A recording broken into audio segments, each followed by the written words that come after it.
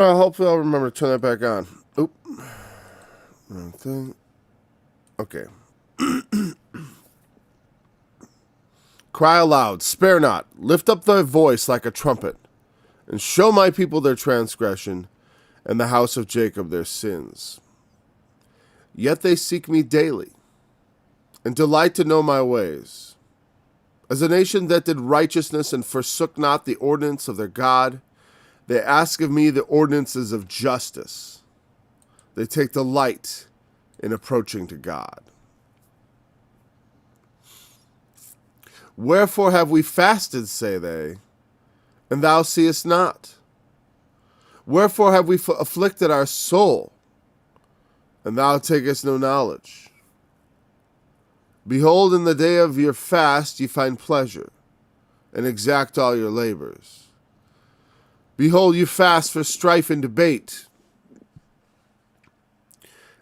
It's still bugging me that there's a lot of noise on my end. Maybe not your end, but my end, there is. And it's very distracting when I'm reading. Let's see.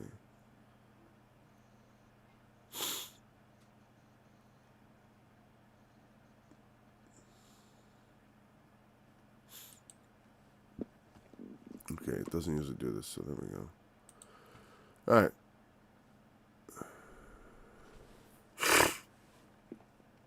So, we'll start with verse 4. Behold, you fast for strife and debate, and to smite with the fist of wickedness. You shall not fast as you do this day, to make your voice to be heard on high. Is it such a fast as I have chosen, a day for a man to afflict his soul? Is it to bow down his head as a bulrush, and to spread sackcloth and ashes under him? Wilt thou call this a fast, and an acceptable day to the Lord? Is not this the fast that I have chosen? To loose the bands of wickedness, to undo the heavy burdens, and to let the oppressed go free, and that ye break every yoke? Is it not to deal thy bread to the hungry, and that thou bring the poor that are cast out into thy house? When thou seest the naked, that thou cover him, and that thou hide not thyself from thine own flesh.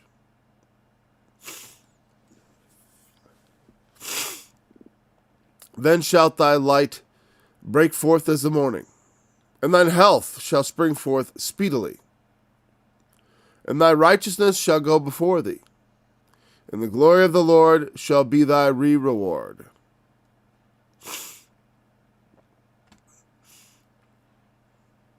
Which I'm going to just say rear guard, okay? Then shalt thou call, and the Lord shall answer. Thou shalt cry, and he shall say, Here I am. If thou take away from thee the midst of the yoke, if thou take away from the midst of thee the yoke, the putting forth of the finger, and speaking vanity. And if thou draw out thy soul to the hungry, and satisfy the afflicted soul, then shall thy light rise in obscurity, and thy darkness be as the noonday. And the Lord shall guide thee continually, and satisfy thy soul in drought, and make fat thy bones, and thou shalt be like a watered garden, and like a spring of water, whose waters fail not. And they that shall be of thee shall build the old waste places.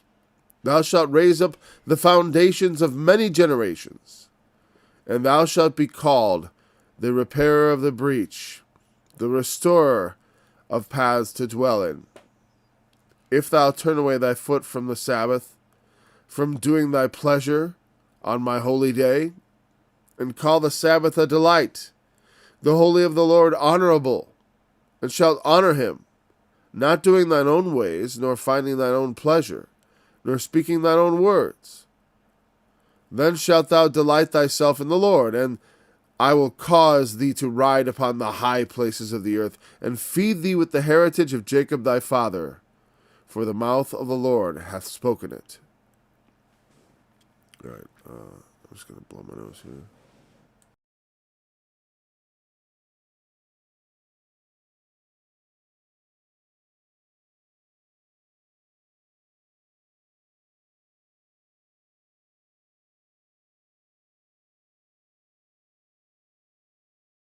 All right.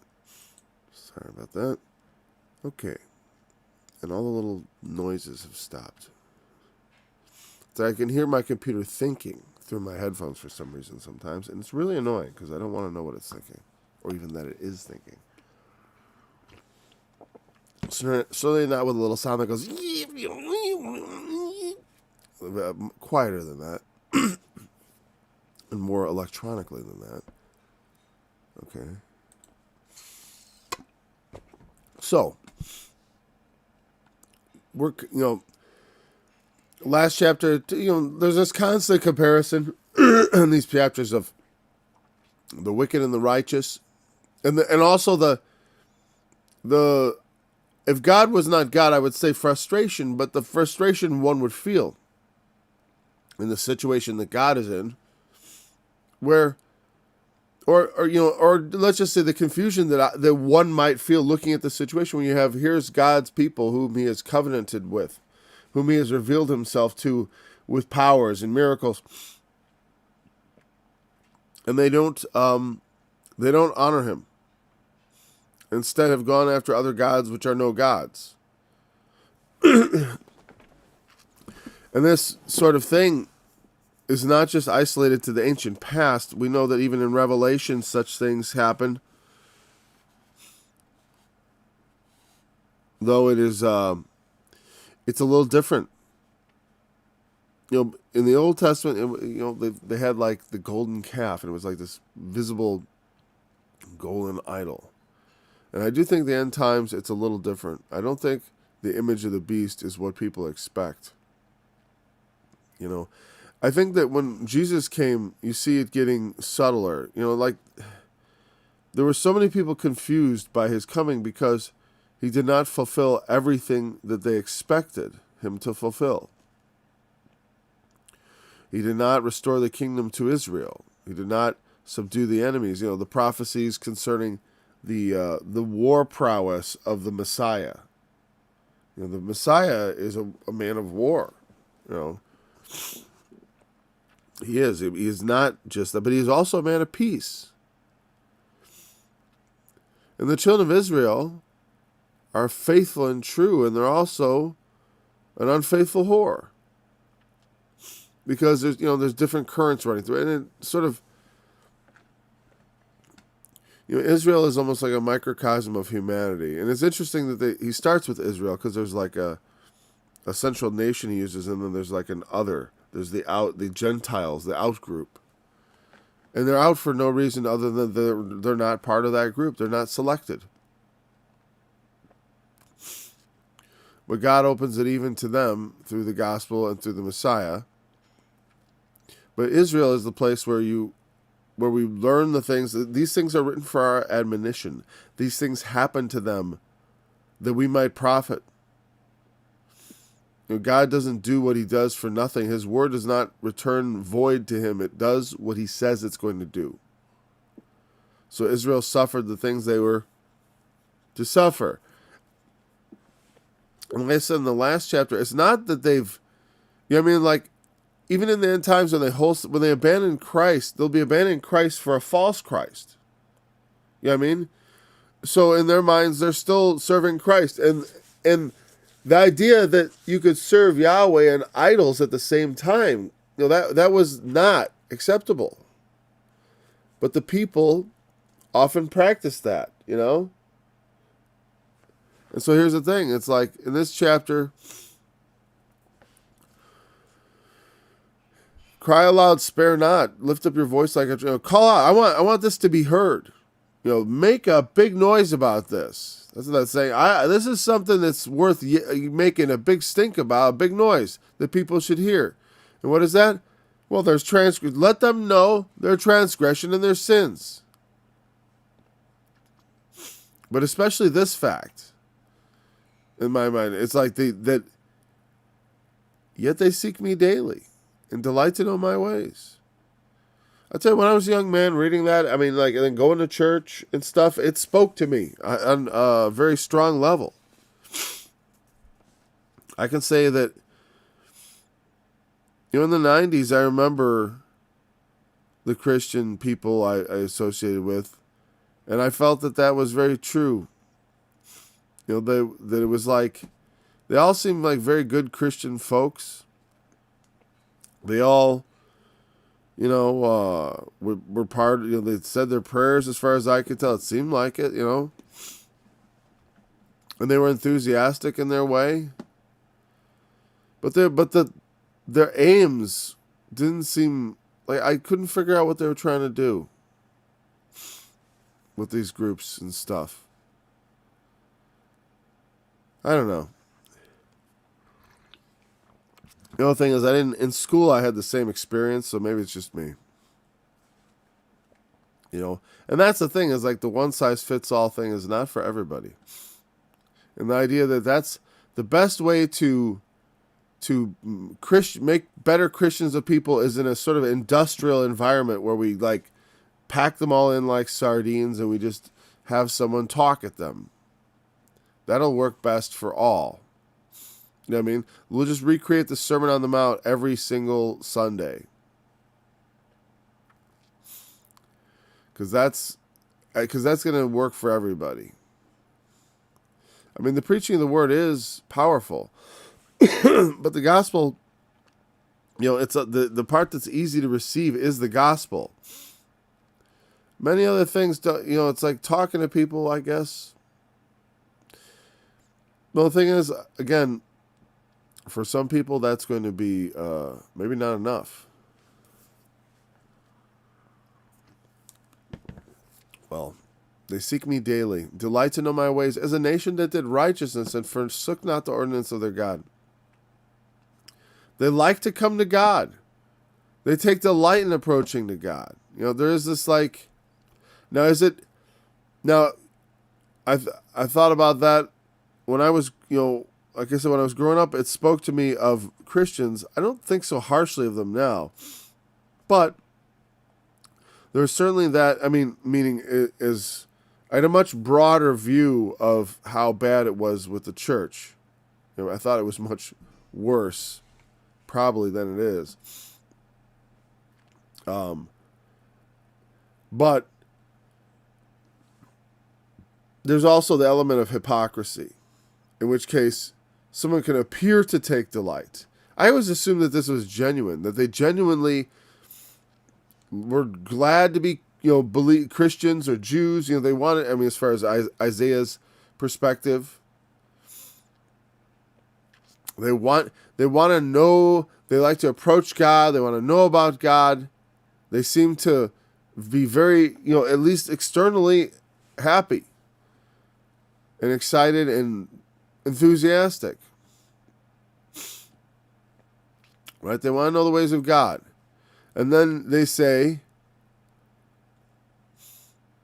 well, why have we, wherefore means why. It's not like where. Wherefore have we fasted, say they, and you don't see. Why have we afflicted our soul? And you don't take, what's the point of all this fasting? What's the point of this afflicting our soul? And we don't seem to, you don't see it. You don't take any knowledge. Why would they think that? Because God knows everything, right? Well, people complain this. It's like, hey, I can't you see me? I'm praying here, Lord. Because why? We want a response. And what they're saying, hey, we like to, they want to approach to God. They're interested in God. They ask the ordinance of justice. They take delight, in all these things. And then, when it comes to the sacrifice portion, they expect results. And they don't understand. Why have we not seen results? We fast, and you don't respond. I'm sorry. I know I felt like that on a number of occasions. Not particularly about fasting, maybe. I don't know. The first time I really undertook the fast, I'd already read this passage, so I thought about it. What is the purpose of fasting? And the truth is, you fast to get God's attention. Hold on a second. Let me just mute it.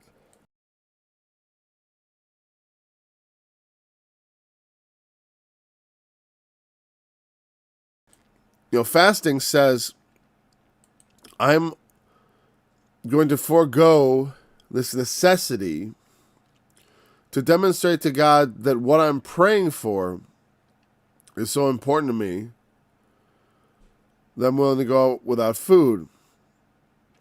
But that's okay. Okay, there you go. That's the essential nature of a fast, though it could be something just also to demonstrate my faithfulness. I'm willing to go without food, but it's the idea, it's a demonstration of food is not so important to me. Man shall not live by bread alone, but by every word that cometh out of the mouth of God, or proceedeth out of the mouth. That's better from the King James, as Jesus said, right? And and that's the essential idea behind it. Behind fasting, we're living by God, not by food. We demonstrate that our dedication to that concept to the Lord through going without, because He knows we actually do need to eat. We don't. It's not that we don't need to eat. We need to eat. We can go a while without eating, but we got to eat eventually. Depending on how overweight we are, and depending, we'll have to drink water. Of course, that'll end a lot faster. A nothing fast. We take nothing. So. And when He says, behold, in the day of your fast you find pleasure, and exact all your labors. I think that exact all your labors, I want to look at that again. I think in mine, when I did it, I translated that, extract all your labors, because I think in my, my old Bible it said extort or something, like your laborers, or cause to toil they that labor, or something. Let's just see what they say in a modern translation. I'm not particularly worried about the exact words right now. Let's see. We'll go with the NIV. Yeah, exploit all your workers. That's the force that it has, right? And it goes something like I said, my Bible's under a tape recorder over here. I'm not going to pull it out. My paper Bible. But exact here says, yeah, that's the word. It's nagas. We've run into this before. It means to press or oppress. And this all your labors is toilers or laborer or a toiler. I think maybe, since the king, they were a little more feudally minded, so maybe they didn't like to have the idea that maybe there was the King James translator's bias or something that made them not want to translate that with the force that it ought to have. Nagas, to press, drive, oppress, exact. I put exact, or I like I think I used extract. I think I said extract all your labors in the song, because I thought it sounded like that meant they were doing it to other people, which is what I think the idea is. Like, you drive others to work. You have pleasure, and you drive labor. You continue your projects. Your servants are they're made to continue doing the work. And it's like a picture. It makes me think of it's a weird reference, but like the rich mother in Mary Poppins, who was not too busy to raise her children, but she was always off on these little political quests and stuff, right? So it's a picture of someone who's, they're fasting, but their workers are working, that God, everything is, they're still, God, I'm really there, but they're still going off and finding pleasure, even though maybe they're not eating. But you find pleasure. Does that mean God wants you, remember what Jesus said about fasting? He says, when you fast, be not as the hypocrites. But when you fast, he said, go anoint your head, wash your face, that thou do not appear to men to fast, right? But he says they go around with distorted faces, looking all sad. Now, God doesn't want you to go around with a distorted face. when the hypocrites fast, they go around with their faces all twisted up. Oh, but he doesn't want that. But he doesn't want us either just treating it like a normal thing and just being, oh, I'll just find my pleasure in this. Especially when it comes to things that are what? You fast for strife and debate, and to smite with the fist of wickedness. The reason you're fasting, reasons are not right. It's like when James says, you don't receive the things you pray for because you pray amiss. And I don't know what the specifics there are, or that's what people do exactly. I don't know. I want to think of as far as I don't know of a example I could transfer to, because it's helpful sometimes to have an example. Because in my mind, when I think of failed fasting, I don't know that it is a failure. One, as far as this, well, he's gonna say more, but I don't want to just breeze over this. If I go to the next part, it gets easier. But, well, let's say, maybe we'll refer back to this in a moment. Let's just kind of keep going. In the day of your fast, you find pleasure and exact all your labors. You drive your laborers. You fast for strife and debate. I'm going to look at those words real quick. Oh, I didn't realize we were still back over there, but I want to go back there now. Okay. Strife and debate. What's debate? Contention or strife, and strife is... I always like these words. They have very similar definitions. Rib or reeb. See, the I is a long E. Strife or dispute. And the other one is... yeah, that's a hard word to say. Matzah. I don't know if that's right. Matzah. Strife or contention. It's a matzah. Natsah. I don't know if that's how you say it. Okay. Not a very widely used word. Contention, strife, debate. Contention, debate. The other one, natsah, means a quarrel. Okay. Sorry, I have to look at it like that. This is it's easier to read when it's like that. These classes are terrible. And that's the other one, dispute. Quarrel, contention, debate. Here we have, or from a contest, personal or legal. That's interesting.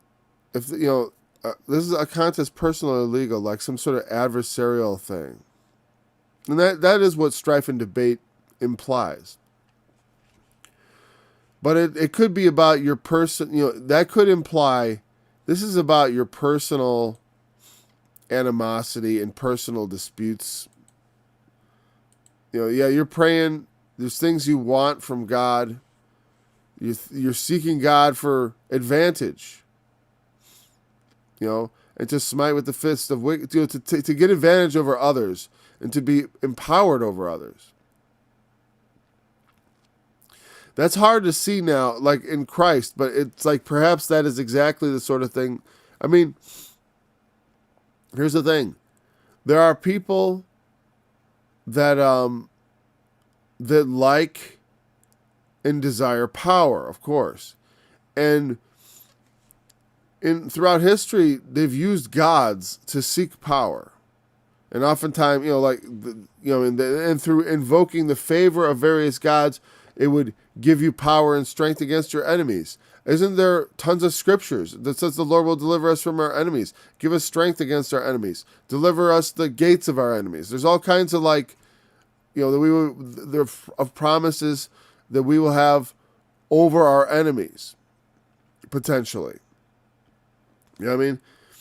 And so there is a certain sense of hey, I can gain advantage with God. And so they fast and they say, why doesn't God see? It's like, well, you're fasting for things that I don't approve of. Apparently these things. To be oppressive. While you're fasting, you're oppressing people, my people. It doesn't really matter, just people, whoever's working for you. In that regard, God doesn't care. The law says you're not going to have one law for the stranger and one law for there is to be one law for all. All people were to be treated equal under the law. Now, there were different laws for women and men, but as far as like for certain things, I don't know if there was they had a different legal system though, like in Islam. I don't believe so. But obviously, all the primitive legal systems were not particularly sophisticated. As far as the system by which you take the laws and apply them to people. So, you fast for strife and debate, to smite with the fist of wickedness.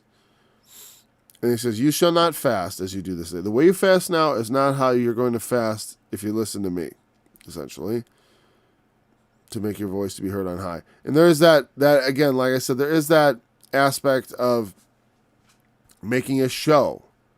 There's also that. There's an accusation, somewhat of a bit of hypocrisy here. You don't want things that are good, which can be transferred to a lot of things. It doesn't have to be I don't fast for the smiting of wickedness, but maybe it's something that God is not really. We hopefully are led of the Holy Spirit when we fast and are fasting for things we ought to fast for. And be mindful of that. If you want to be, if people desire, I want to try fasting, fast for something that you need in God. You know what I mean? It's like I always found, it's good to fast like for righteousness' sake or for things like that. Because God, this is what he says. It's not about making a noise. It's not about what you can get out of God for your own gain over other men, for your strivings with others, for your contentions and your personal struggles. Is it such a fast as I have chosen, a day for a man to afflict his soul? That's what a fast is supposed. It's supposed to be a kind of an affliction. You are afflicting yourself. I'm not sure if he's saying that. I'm not sure how that's meant to be taken. I always took it as like, it's not a day for a man to afflict his soul. Is it to bow down his head as a bulrush? Well, I'll tell you that those two, I've always taken as not, but maybe it is.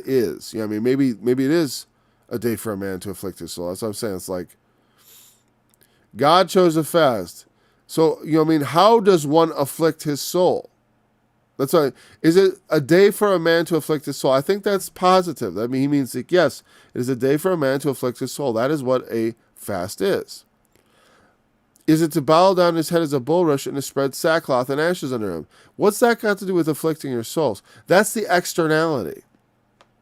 Those are the showy parts. I'm going to spread sackcloth and ashes. I'm going to I'll call that a fast. I'm going to do the externalities. That's the point. It's like, that's afflicting your soul. Oh, I've got ashes. I've got sackcloth on. I'm fasting. I'm not eating. But I've got my laborers working. My business is chugging along. And and what I'm fasting for is that, these wicked competitors of mine would be, that I would have the upper hand over them. I don't know, something like that. But the point is here, is that how we afflict our souls? Is it to just model these outward behaviors? Sometimes modeling outward behavior in righteousness is good. And it's not to say that there's anything wrong with spreading sackcloth and ashes under you. As far as if you really wanted to do an authentic, traditional fast, I guess. But the point is, that should be the last thing. That's the least concern when you're doing a fast, like whether or not you got the sackcloth and ashes right. Someone actually asked me, what is sackcloth? I'm like, what cloth? Cloth they made, low quality cloth that they would make sacks out of. These days our sacks are much higher quality. But I was like, but you could probably get burlap, truthfully, you'd clothe yourself in plastic probably. in modern times, because that's what all our sacks that are that large would be plastic. Wear a plastic bag, poke holes for your hands. There you go. Put yourself in a garbage bag. That's pretty much that would be about right. As far as the spirit of it, you want to be low, dress in a garbage bag. I can't think of a more simple way to clothe oneself. And shod your feet with grocery store bags, like 50 of them. There's your shoes. 50 grocery store bags and a Glad bag, maybe 2 of them, one for a bottom, one for a top. Tie it off there. There you go. That's the modern prophet's garb. Black garbage bag. That's sackcloth. That's what we use for sackcloth this day. I never thought of that till just now, but I think it's kind of a funny thought. But as far as I'm concerned, it's like, yeah, that's the equivalent. Yep. And you can lay on a bed of recyclables. There's your ashes. All right. We'll call this a fast, an acceptable day to the Lord, just because it looks like a fast. Is not this the fast that I've chosen? To loose the bands of wickedness, to undo the heavy burdens, to let the oppressed go free, and that you break every yoke. See what he's saying? Like, I want you to fast from, instead of fasting from food and doing all this stuff, spreading sackcloth and ashes and all that stuff and getting all dressed up and, I'm hungry! Make a lot of noise. My throat is dry today. That's what it is. And I got slightly, anyways, as you can tell. Making all those noises, that's not a fast. How about you why don't you fast from your sins? Especially in doing good to your fellow man. He's very particularly minded to loose the bands of wickedness. That's, to me, that's the things that hold people. The bands of wickedness. It's like, if it's in my power, in some ways, I'm not sure what that means precisely, right? Heavy burdens. Well, because it says, loose the bands of wickedness, undo the heavy burdens, to let the oppressed go free, and that you break every yoke. There's all these actions that he's asked us to take. Therefore, it's always like setting things loose. It's like when Jesus said on the Sabbath when he says, which of you having an ox, if it fall into a ditch on the Sabbath, doesn't go and get it out? And then he was talking about, how much more should I, for this man of Israel here who's been afflicted all these years, should I not help him out? Because he was healing people on the Sabbath, and they were taking offense at that because they couldn't find anything else to fault him for.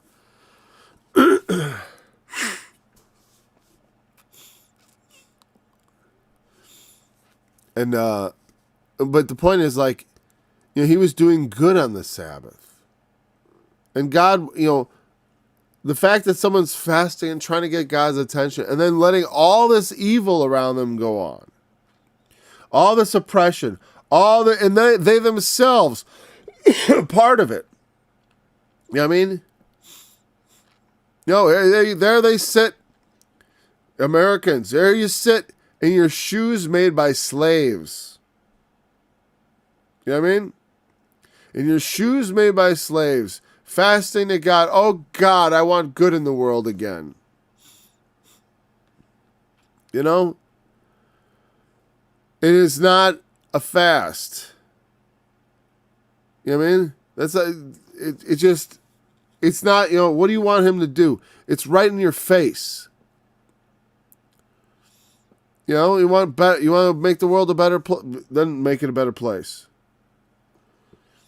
Because that seems to be what he's saying. Make things better. Now, I don't think it's so much financially, though.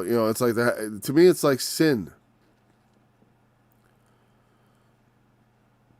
It's fine to make, because it's like, this is about oppression and binding the bands of wickedness. What does that exactly mean, huh?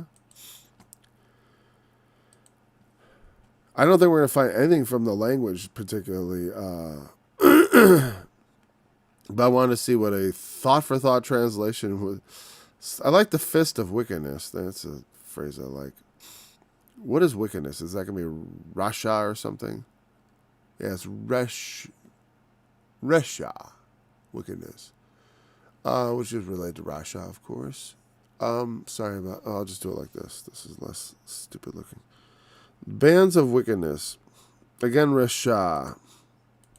That's not going to give me it. Bands is going to be Chartasuba, whatever. That's probably not the pronunciation. It's a bond, a fetter, or a pang, like a hunger pang. Heavy burdens, a pole, bar of a yoke, a band.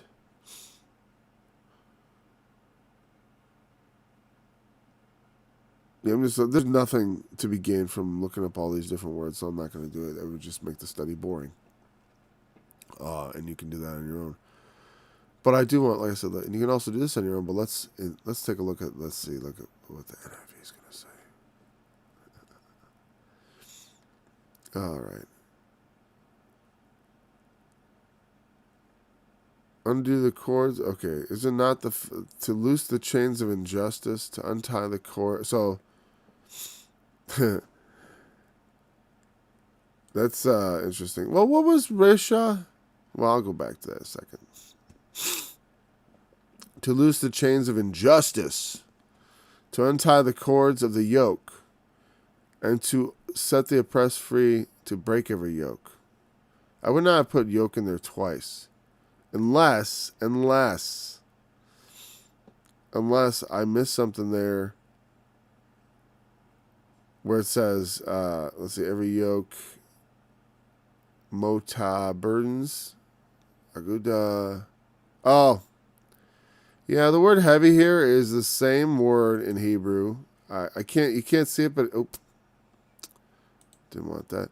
This word heavy, when I hover over it, a little window pops up. It says 4133, mota, a pole, a bar of a yoke. And this word yoke here is the same word. So the NIV compensated for that by translating it with this, to loose the chain. No, it's to untie the cords of the yoke, which they've added. There's more words there than in the Hebrew. Untie the cords. I guess untie the cords? To untie the cords of the yoke. I'm just wondering. Let's just go back here. Bing. Loose the bands of wickedness. Untie.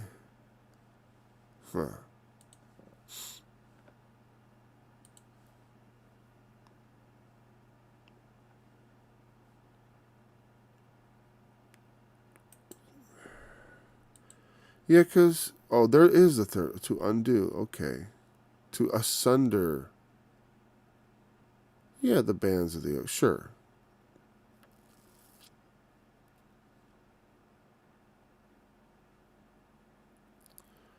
Yeah, sure. So it's to loose the yoke and then to destroy the yoke, actually. Okay, so that's the idea.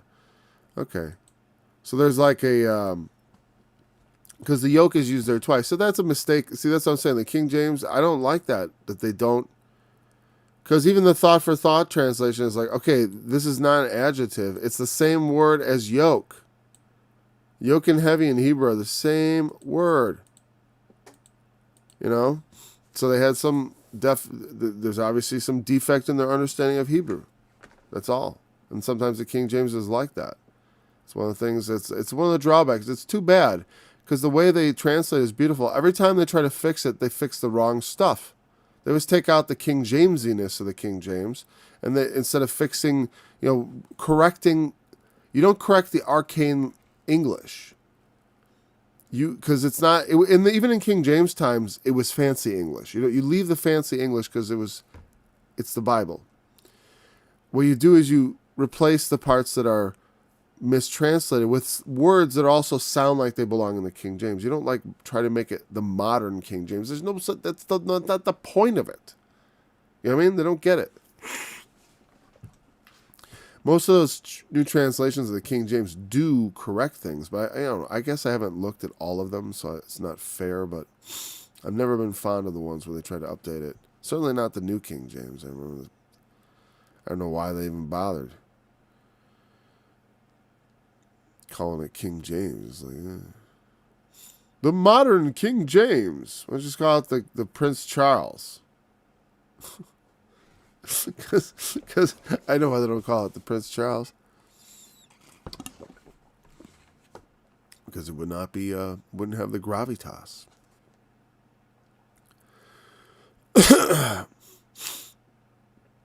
So that's what God wants of us, is to do good on the fast, the most of, laying aside food, making a show of your dedication to God. We should not be ashamed. There's a fine line, and there's a delicate balance between, hey, don't put your light under a bushel. You don't light a candle and put it under a bed. The point of a candle is to light it and then it give light to all the house. Salt cannot lose its savor. It has to be salty. You have to know it's there. Okay? So Christians are not supposed to be secret Christians, hiding out, not being known and all that. We live in a nation that's still dominated by Christianity, so it's kind of weird. But you don't have to. But also, we should not be so ostentatious in our displays. I mean, really trying to, hey, look at me, I'm a Christian, that we are, that it drives a sort of hypocrisy. And also, like I've said about some people, like when I see them wearing their faith on their sleeve, there's two, I see it in two aspects. On one, I admire their lack of, they're complete, they're, I don't want to, what is it I do admire about that particularly? Well, I've always admired boldness. So that's, and I also admire their dedication to the Lord, in that regard. And of course, I don't admire their lack of shame, because I'm not ashamed either. So, but that's good too. Obviously, we shouldn't be ashamed of the Lord. But on the other hand, one of the reasons I don't, and also a good reason too, often want to make displays. Like, I don't want to go around with a shirt with a big cross on it, because sometimes I'm tempted and I misbehave. I might get angry with somebody. I might, or something. I don't know. And so you feel like, do I want to, do I want to drag Christ's name through the mud? Well, you shouldn't.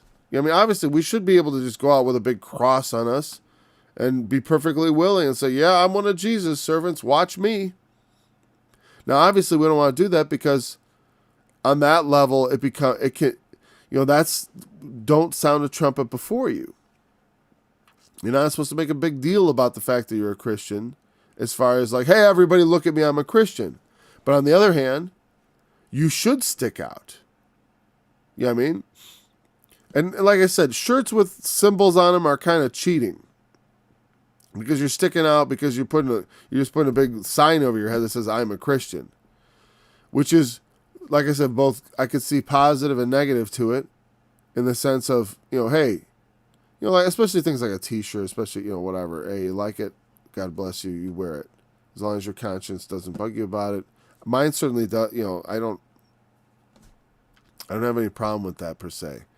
But, like I said, it's just something to think about. We have, every man, it's the kind of thing, it's like, I don't judge others in that. I just know that for myself, when I think about doing that, those are the thoughts that enter into my mind.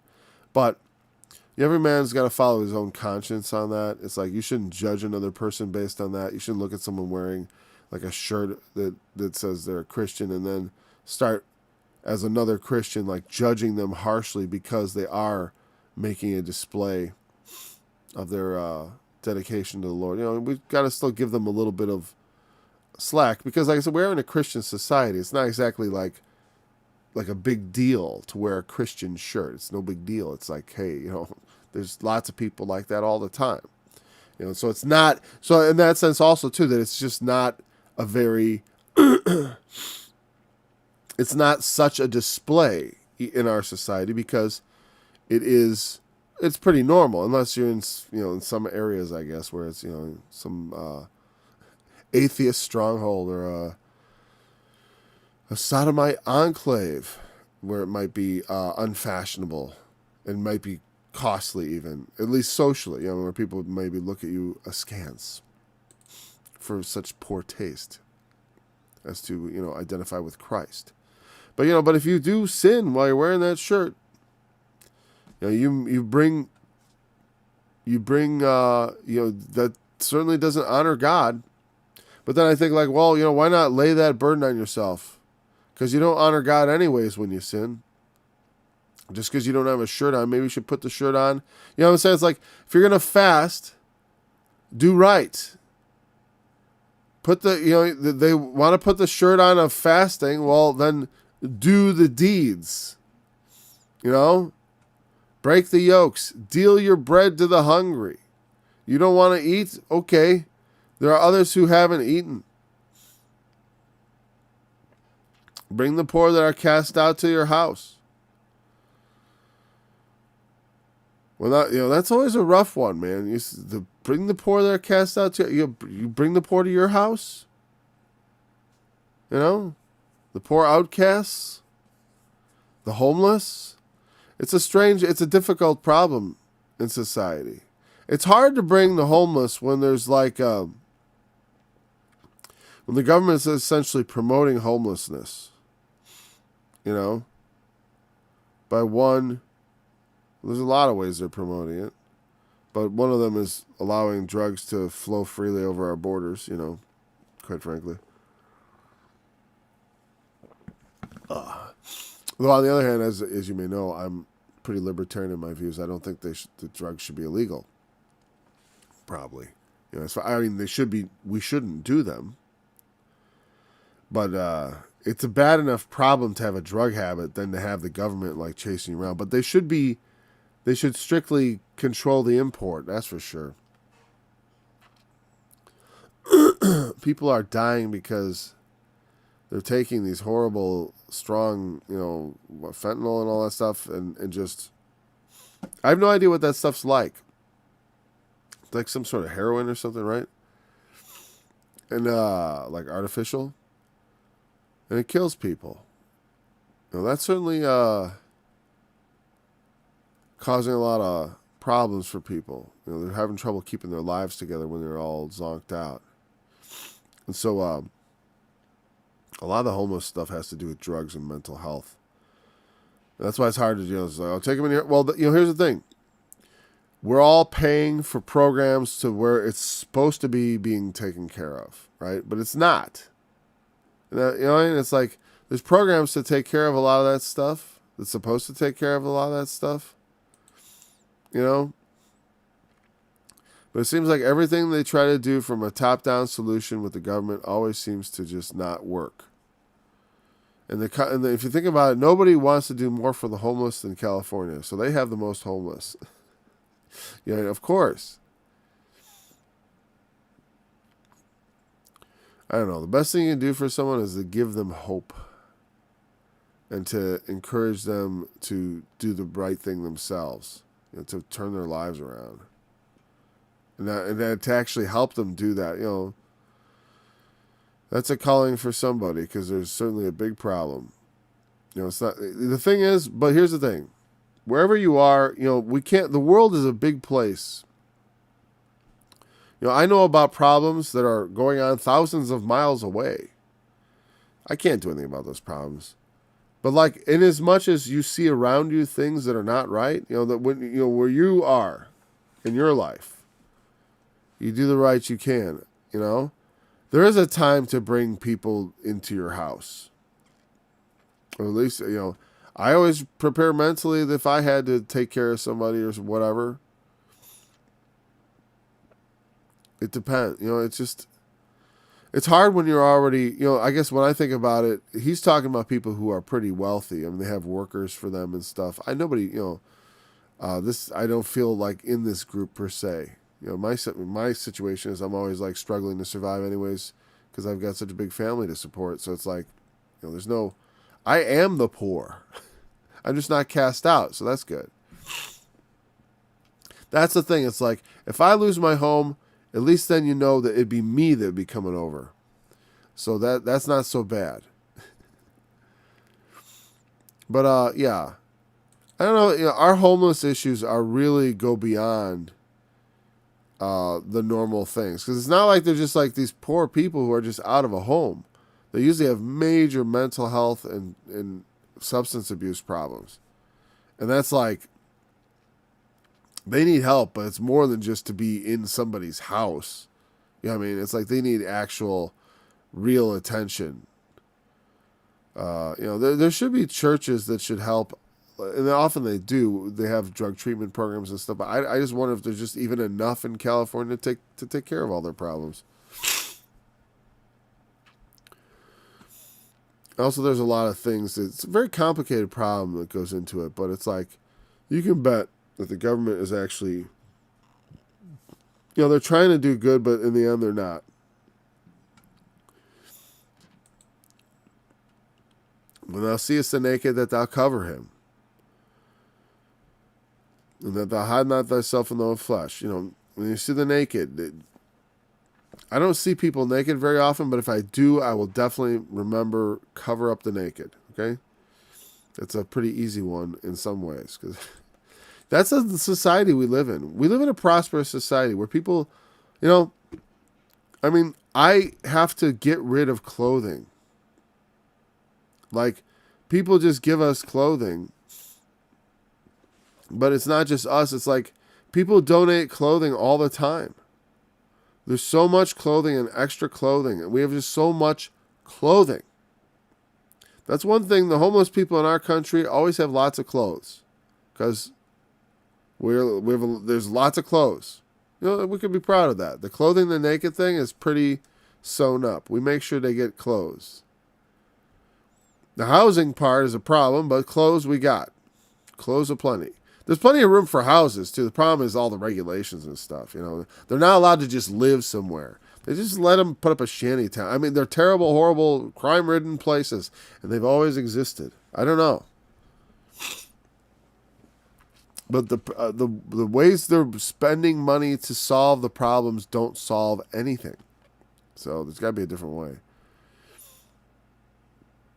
Now, hide not thyself from thy own flesh. I believe that means to not hide, to your family. But in a specific way of like, sometimes people completely withdraw from their family in such a way as, to like become alien to them, like long lost brother, so to speak, because for whatever reasons. There's a lot of times family disputes. There's all kinds of reasons, that people don't have association with each other, even though they're relatives, right? They keep themselves from each other. They avoid each other. And not only that, like in the hour of need, the first people you should be able to turn to is not strangers. I'm naked, clothe me. It should be your family. And so we don't have the naked very often anymore. Not in this country. But you see someone unclothed, yeah, make sure they get clothes. And the homeless are fed. They just don't have a place. And a lot of that is because, they could have a place. There's complicated issues. Like I said, it's drugs and mental health and stuff. And I don't know. The way they're addressing the problem as if it's a housing problem, when really it's a taking control. It's a human problem. Homelessness. It's not homelessness. It's lifelessness or something. Like they haven't. They're not taking hold of life properly, either due to mental health or drug addiction problems. Because people who become homeless, who are not mentally ill or drug addicted, usually aren't homeless for very long. And those are the people who are most benefited by being just helped by anybody. Like, come stay at my place, Absolutely. There's plenty of times, we're not necessarily talking about the hard case homeless in this thing, because that's a much more complicated problem than just like, you need shelter, I'll give it to you. You know what I mean? Sometimes people, it says poor that are, like they got evicted or something. Not today. They don't evict people anymore. So whoever thought you'd have to speak up for landlords, Because it's not always, landlord might be just an old couple who owns a home, and that's part of supplements their income so they can, whatever. I don't know. Okay. And when we do all these things, all kinds of good will follow.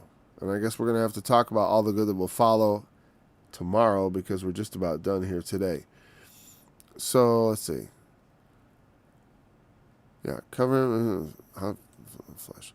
Yeah, familial, it has to do with familial bonds. You should not, it's like you should not forsake the gathering together. In terms of, and people always say like, you should always go to church. No. I never forsake the assembly of Christians as far as like completely separate myself from it. It doesn't mean I have to completely join myself to some particular denomination and be there every weekend. That's not the same thing. And same thing with family. It doesn't mean you have to be like constantly serving your family or constantly serving others. But the point is, if you want to get God's attention through a fast, try doing this instead.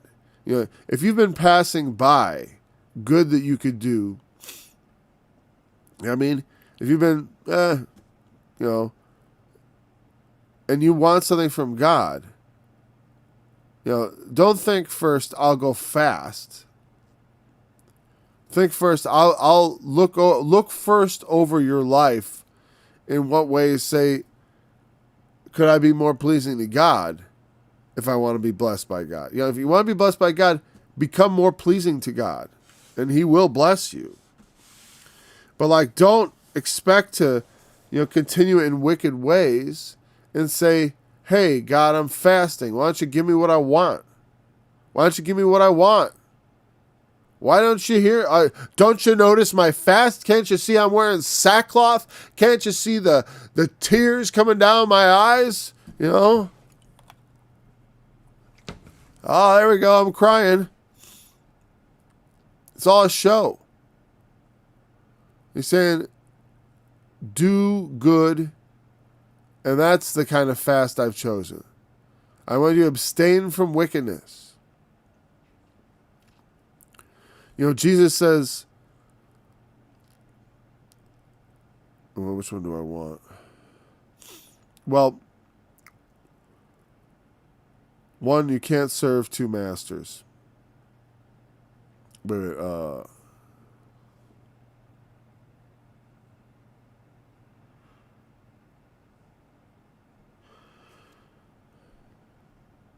whoever committeth sin is a servant of sin. And the servant abideth not in the house forever, but the Son abideth forever. If the Son therefore shall make you free, you shall be free indeed. When we commit sin, we serve sin. We become its servant. If we want to serve God, we got to serve Him. You know what I mean? And the way we serve Him is by doing His will, and not by doing our own will. Okay, so we'll just pick it up with verse 8 tomorrow. So thanks for joining this study. We'll be back again tomorrow. Until then, let's, oops.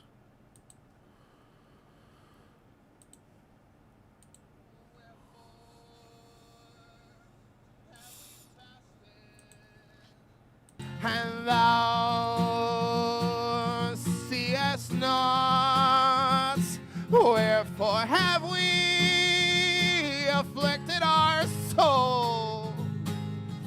And thou takest no knowledge,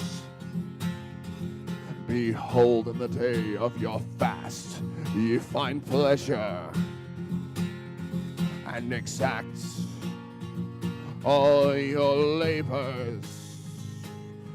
Behold, ye fast for strife and debate, and to smite with the fist of wickedness. Show my people their transgressions, and the house of Jacob their sins.